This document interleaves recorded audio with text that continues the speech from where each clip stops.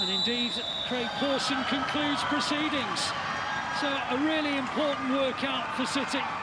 Their only warm-up match ahead of the restart of the English season after the World Cup. And they've beaten another team from the City Football Group, 13th in La Liga, Girona, by 2 first-half goals to 0.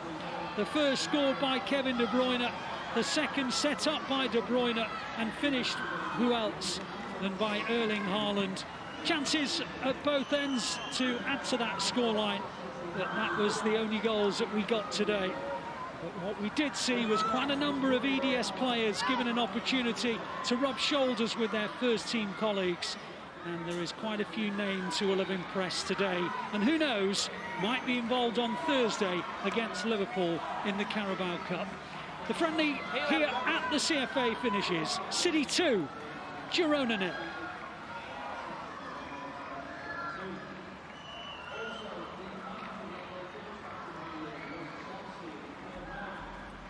Well, let's go over to Natalie, who is with Sean and Paul Dickoff.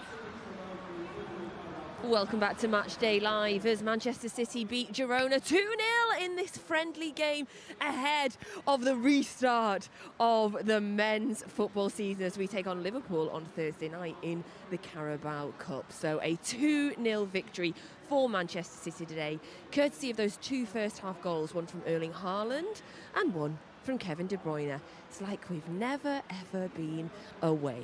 Except we are for 5 weeks. Sean and Paul still with me.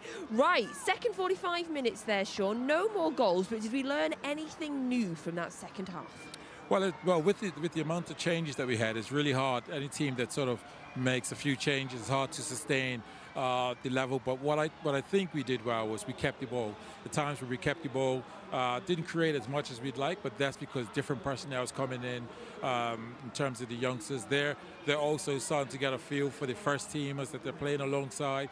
So that it was about trying to just keep that rhythm within the second half. But we came and we got what we wanted. You know, a couple goals, players getting fit, no injuries, and again, just looking forward to the Liverpool game. But yeah, I was happy and pleased. Yeah, same. Although I do feel like I just want to point out to everybody watching how cold it is here in Manchester. Look at Paul Dickoff.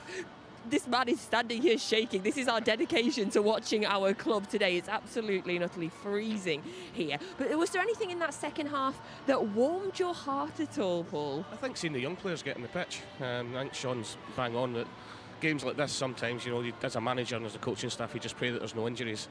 You know, a good 58, 59 minutes in Erling, Kevin more minutes, Ilkay, Riyad got 90 minutes, so they know that's going to be really important going forward. And then got to give a shout out to the young back four, you know, keeping a clean sheet against good opposition as well. Yeah. You know, I thought the 2 centre halves, Katongo and Charles, were brilliant. Rico Lewis, and I know Sergio Gomez is a little bit older, but he's still relatively inexperienced. So for a back four like that to keep a clean sheet against good opposition as well, you know, there'll be a lot to take positives from that.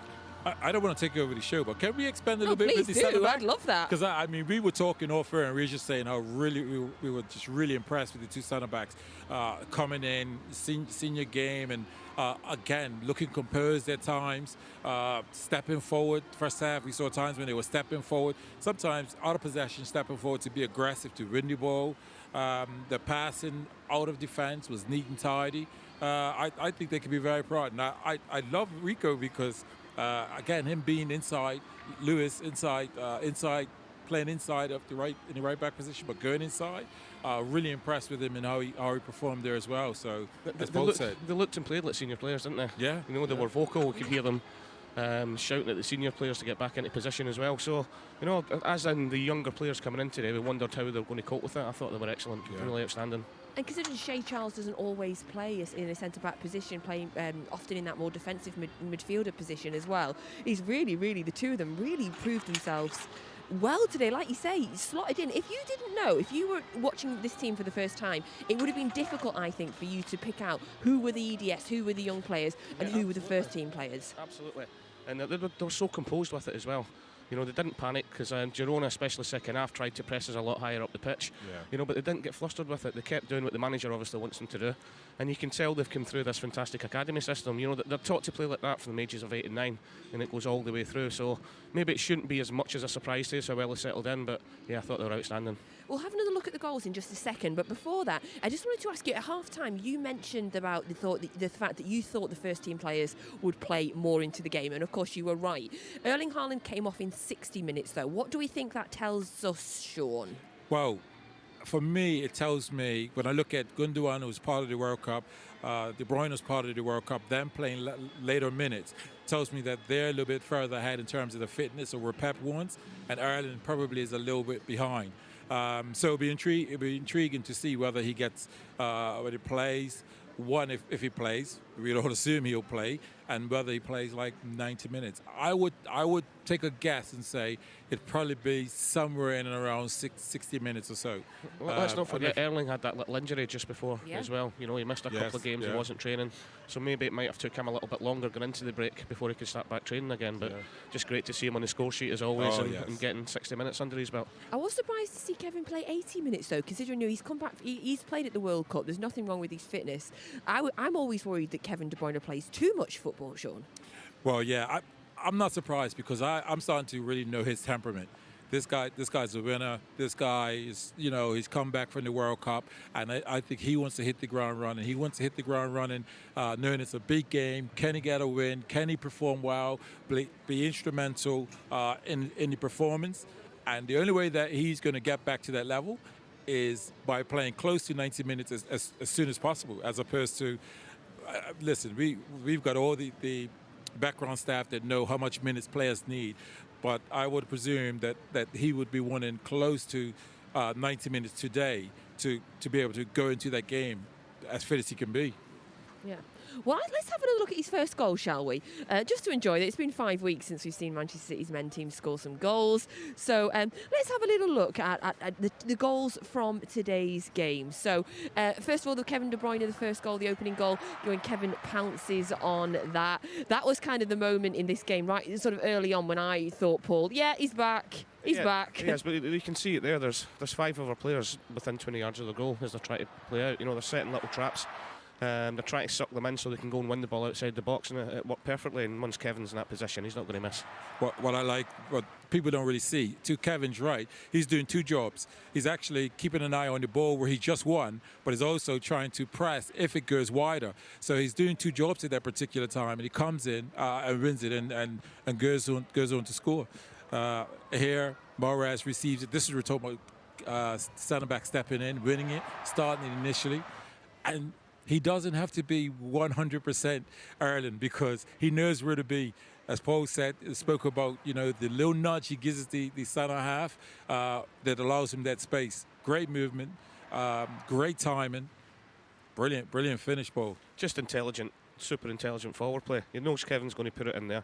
Gives a little nudge to the centre half that buys him that yard, and you know when he's in that position, he's not going to miss.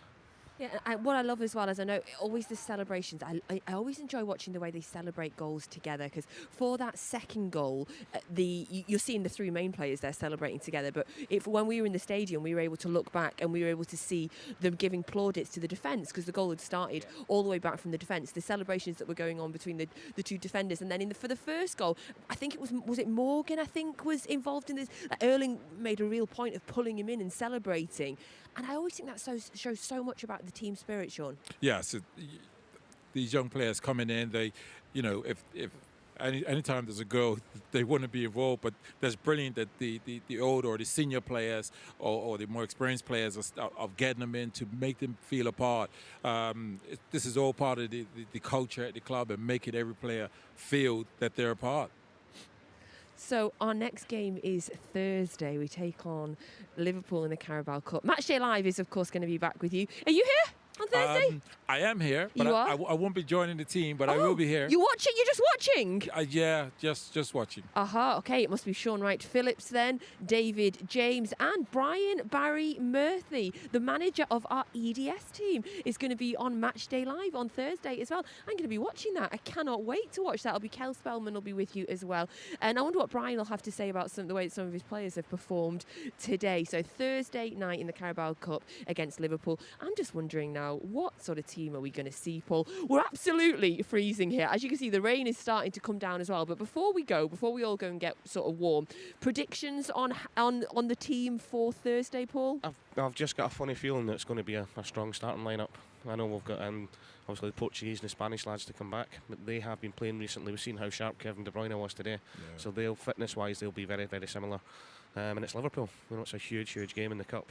Chance to go to a semi-final, back down to Wembley after the new year. So so it's going to be a fantastic game, great atmosphere, and as always, I'll expect a Man City win.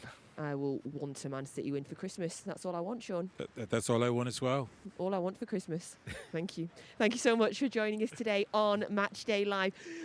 Manchester City men's team are back. A 2-0 win against Girona today in the friendly. And I learnt a lot. I hope you learned a lot as well. If you missed out the start of our show, go back and watch it. We had Cole Palmer with us before the game, who is an absolutely cracking. He's just brilliant. He always has some lines. And then we were joined by Pep Guardiola as well. Pep came on Matchday Live. So go back if you didn't see it and watch the start of the show again. Now, before we go, we clearly need to send a huge, big good luck to Julian Alvarez, who'll be playing in the World Cup. That was Erling Haaland, by the way, just walking past. Hi, Erling. Julian Alvarez is in the World Cup final tomorrow. He obviously will be playing for Argentina. He's had a fantastic World Cup. I personally think, gents, and I don't think it's overstating it to say that when he came on for Argentina, that is when they started to click. And I'm even going to say I don't think Lionel Messi would have played so well if Julian Alvarez hadn't come into the team. So big up to Julian Alvarez. We send you all of our love, everything. Manchester is fully behind you, and we very much hope that when we see you in a few weeks, you come back with a World Cup winners medal round your neck. Best of luck to Julian Alvarez and Argentina tomorrow in the World Cup final. Matchday Live will be back with you on Thursday as City take on Liverpool in the Carabao Cup. Have a wonderful week. We're going to run inside now. Get warm. Cup of tea.